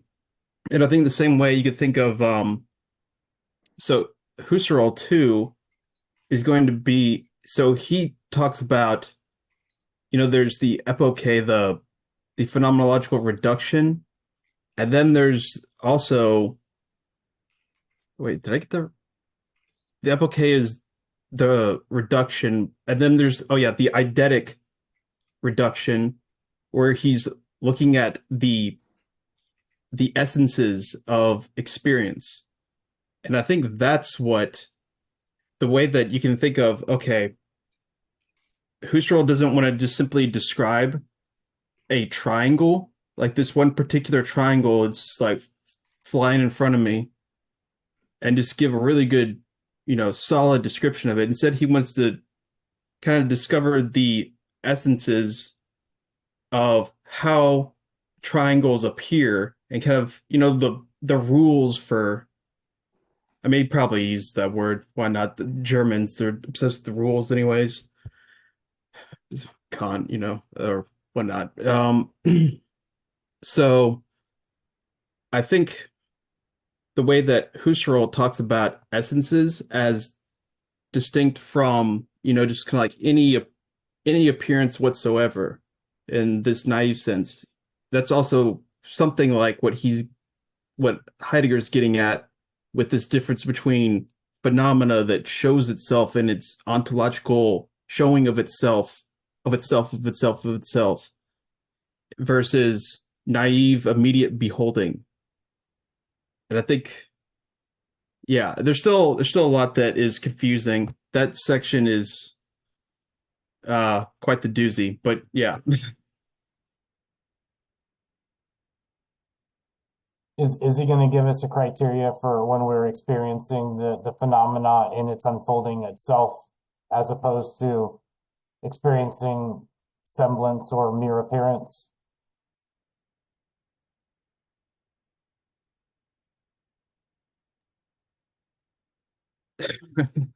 That is a good question. From my limited reading of this book, I don't remember anything that would kind of fall these under those terms, but surely he's still, well, the whole kind of ontological, that kind of thing is something like also. So of course, Heidegger would be opposed to this way of framing it, but you know, essences and accidents, it's kind of a thing like that, where he's interested in ontological structures and not kind of these mere accidental, contingent crap that appears in some particular person's life. Like, no, that's not an existential structure. So I think the way that he articulates that would probably be something close to what he'll say about, well, here's the criteria for this is a phenomena. Exactly, it's going to be these existential structures that he isolates. Um, yeah, that's my best attempt to stand up for Heidegger, which I don't know if I should, but yeah. From what you were saying, Chase, I gotta, and from what Mario said earlier, I think that Heidegger is trying to get us to get away from a relational sense of being. If I look at you, you're my professor. I want an A from you. I'm viewing you as an instrument, right?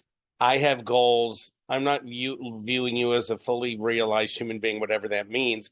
I'm viewing you as somebody who is going to be giving me a grade, and I don't care what your relationships are with human beings outside of the class. I don't care, right? So I'm really reducing you as you if I'm just viewing you through the instrumentality of me wanting to get a greater grade, right? And when you think of how we know things so often relationally, but is that really, isn't that interfering with us knowing the thing in itself, on its own terms?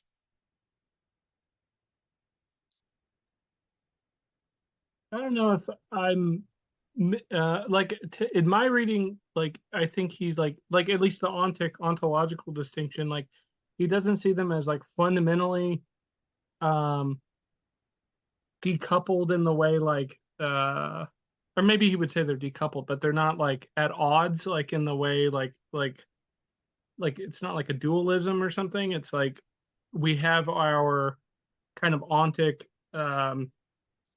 stories, whatever, like you're the professor, I'm the student, and all this. And they're just those kinds of ways of interpreting our life um, are, I mean, in a way they are, they're there, and you need to, like, I guess I'm trying to get at, like, if you're trying to get into an ontological interpretation of a Dasein, it's like they're this being with this trifold, kind of like they have a past, a present, a future.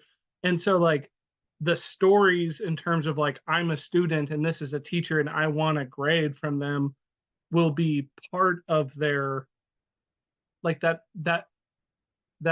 their ontological kind of relationship is there. It's just sort of like covered up by that story. Like, and that story though can, like, give clues to the ontological thing. It's like, oh, like, you have these possibilities before you that you are, like, trying to realize, and you're fleeing from your death, or whatever it is that he's going to get into. So I guess in my, maybe this is not responding to you well enough, but it seems that those, they're not, it's not like mutually exclusive, I guess, like taking the ontic and the ontological, like, it's not that they're, like, in a war with each other necessarily. They can be, but sometimes they are not, I guess. Maybe someone else. I don't think Heidegger is, I don't think he's interested, here as I can tell, he's not interested in therapy or in counseling. In other words, he says, that I'm not, this is not a humanism. I think, like Matthew was saying, he's interested in ontology. And so he's interested in these human relationships only insofar as they disclose modes of being, of Dasein. And, maybe other people after the fact then say, oh, well, look, you can draw these conclusions based on his ontological insights into how human beings should relate to each other and what it means to have a fulfilling human life, and those kinds of things. But at least Heidegger, in his primary concern, that's not what he's about. He's just about trying to figure out what the structure of being, of Dasein, is, which may involve some of these kinds of relationships, but that's, he's doing ontology, not ethics. I mean, he claims, of course, there's people that dispute that he's really able to do that, but he claims he's not trying to do anything about ethics or anything like that. I think at the same time, he's a reader of Kierkegaard, a reader of Nietzsche, and writing in the 1920s. He's responding to nihilism. He's trying to I think part of the project is to disclose an understanding of the meaning of being, which can refute a very kind of, like, scientific approach to the world, which leads directly to nihilism. I have a quick question, because the distinction has been brought up a couple times, ontical versus ontological. Somewhere along the line when I read it, I was under the impression that he treats, like, he would, to give an example of, like, an ontical research, maybe this is from the notes, would be something like chemistry or physics, like some sort of investigation of, like, hard material stuff, whereas, like, ontological would be an investigation of being with a capital B. Is that where other people are thinking of the distinction, or is someone have Yeah. contrary? Yeah, I think he explicitly says that ontic is about the study of particular beings or entities, depending on your translation. How do you say that German words, like sein and dies or sein and dies, or I don't know. That's but yeah, beings is ontic. Oh, Eric already put it in the chat. I see. Where ontological, that will be, yeah, capital B being or capital S sein. And that's definitely the best simple way to understand that distinction. So whenever I see those words, I immediately try to use that to understand it. Doesn't always illuminate everything, but yeah. Could somebody, yeah, what is that? Okay, the German word Sein, for beings, say it again. Seinde, Seinde, Seinde? That's how you Seindes. say it? Okay. The one with beings, right? Yeah, yeah. Seindes. Seindes. The way it's spelled, it The first E does is silent. violence to my brain. It's just like Silent. the verbs, the vowels are just seem wrong to me. Seindes. Seindes.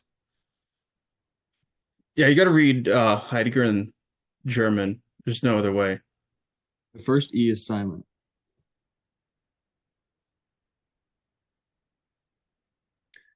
Das Seinde. Ein Seindes. Well, if Enrique, well, he said in Discord he couldn't be here today, so hopefully he'll be here next time. He's taken a bunch of German, so he could probably help us. I took some German, so I know pronunciation at least. I took Seindes. one German course, and it was supposed to teach me how to read German. It failed. I failed. I actually passed the course, but I did not come out being able to read German.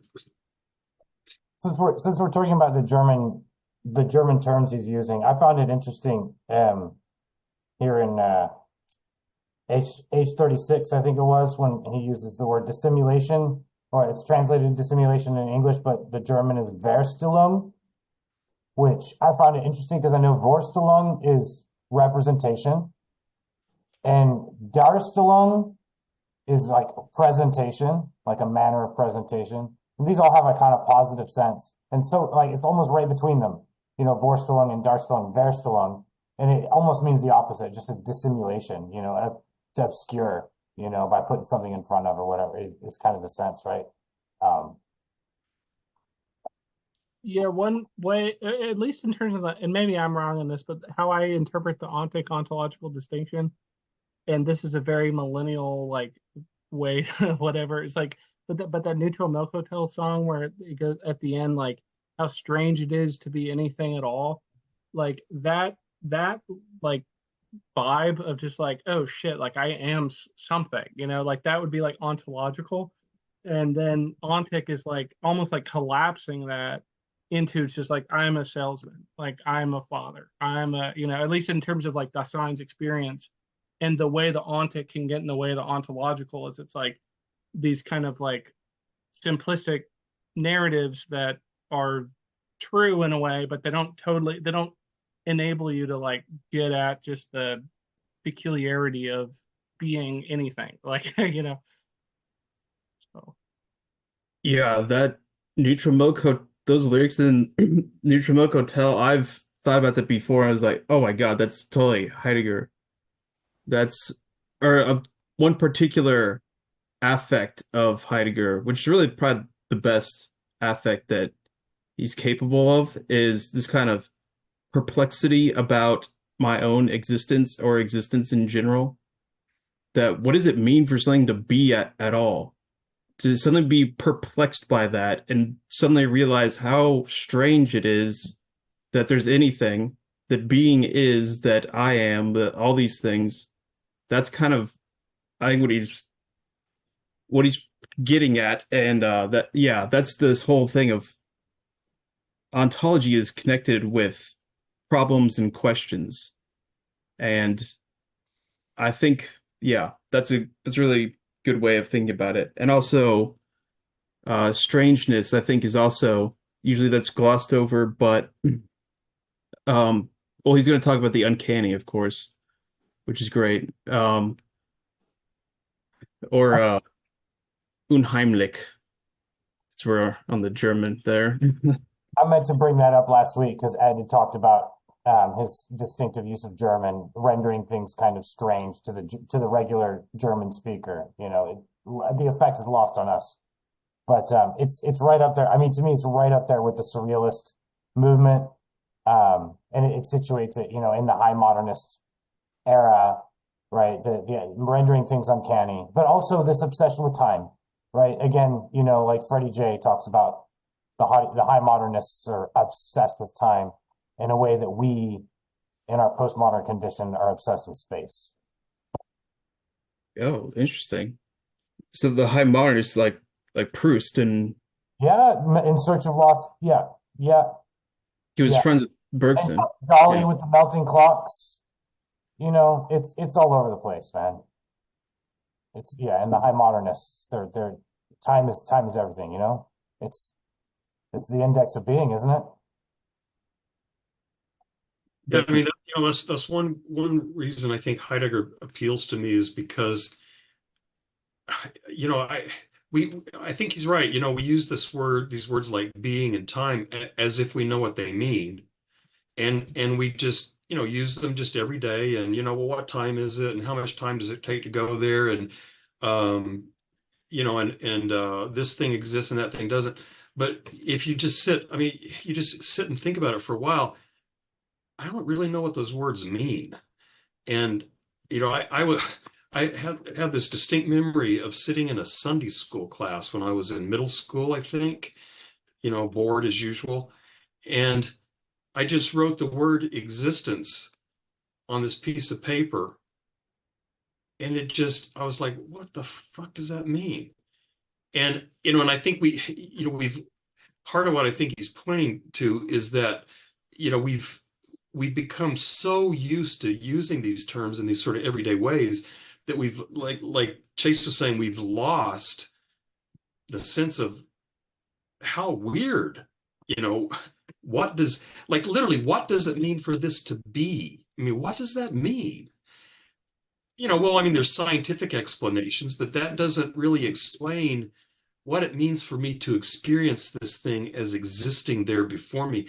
And so I guess that's one reason I find it appealing is because I think our everyday usage of things really does obscure a really profound mystery with really, really basic words like time and being, things like that.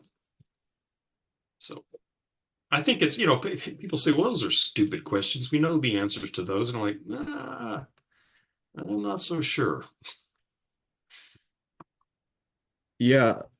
So when he's gonna talk about moods or Stimmung and Befindlichkeit attunements, or he's talking about, affects. It's probably Spinoza would call it, or the Latin version. But he's gonna talk about things like, well, boredom. So he talked about boredom in I think it was some seminar that he did after being in time, but he'll talk about particularly fear, and then of course, famous anxiety, angst, and I think they call it dread in the other translation. But yeah, that'll be the one where he's going to talk about, yeah, these are moods that disclose kind of how Dasein is, and that show that, well, he'll talk about go into a little bit of the nothingness aspect of it, which is, I find quite interesting. But yeah, I like that angle a lot. And there's also the what is metaphysics, which is a great kind of introductory essay. I think it was a speech he gave, but it's pretty short, and that goes into a lot of these questions and the nature of questions too. And I think that's probably the best introduction to Heidegger, that what is metaphysics. Definitely better than just starting being a time cold turkey, but hey, that's what we're doing, so yeah.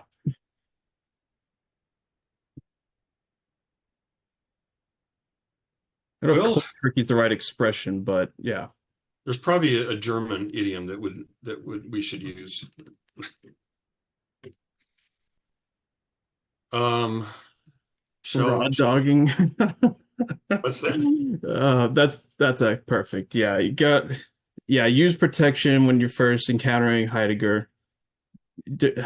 God knows what he's got. Yeah. Ew. Okay.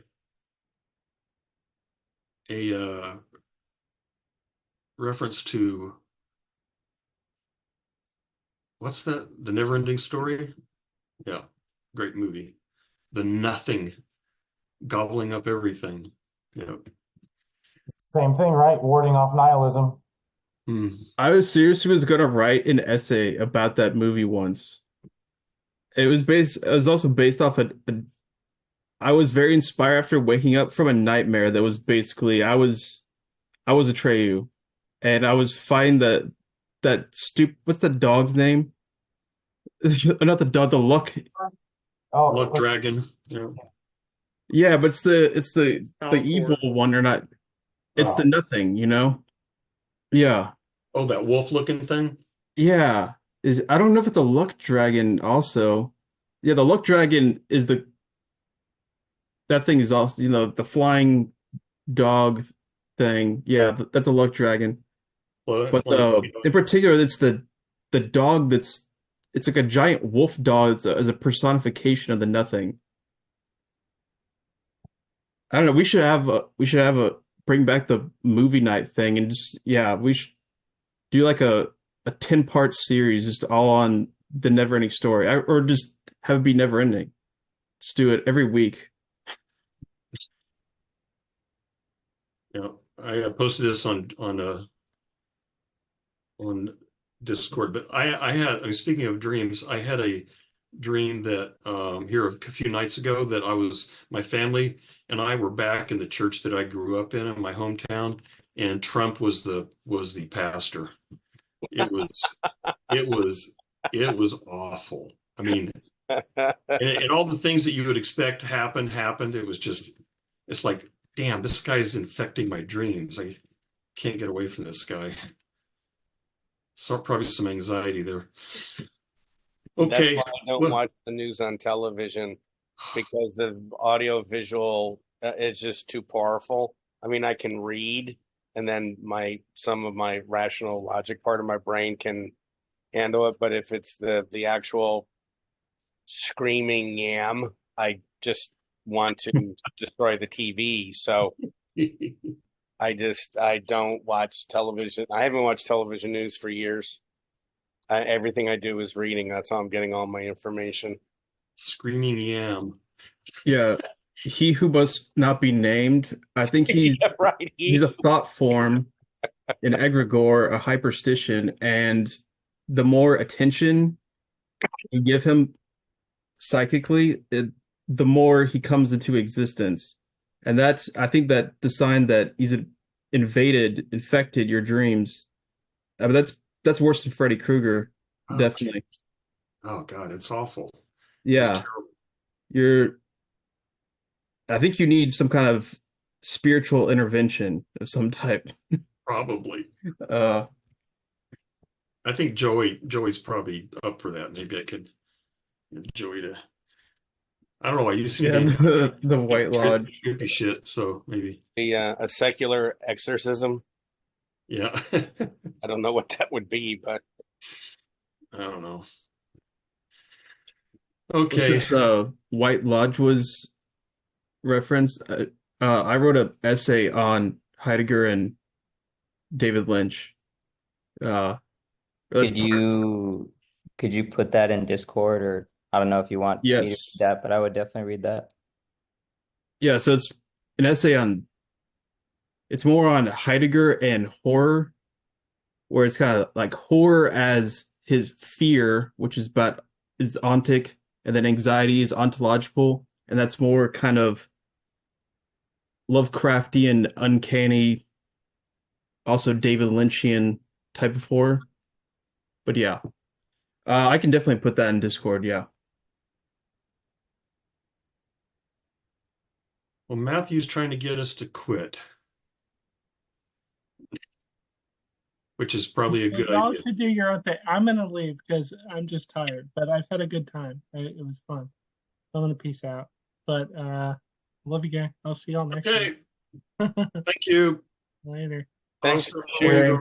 Oh, Thanks yeah. for sharing Oscar. your nightmare, Nevitt, because I think that that's healthier for you to have externalized it with us. than Maybe that- I can Yeah, get vomited out and be done with it. yeah. Can hope. Yeah. Okay, see you guys. Be safe.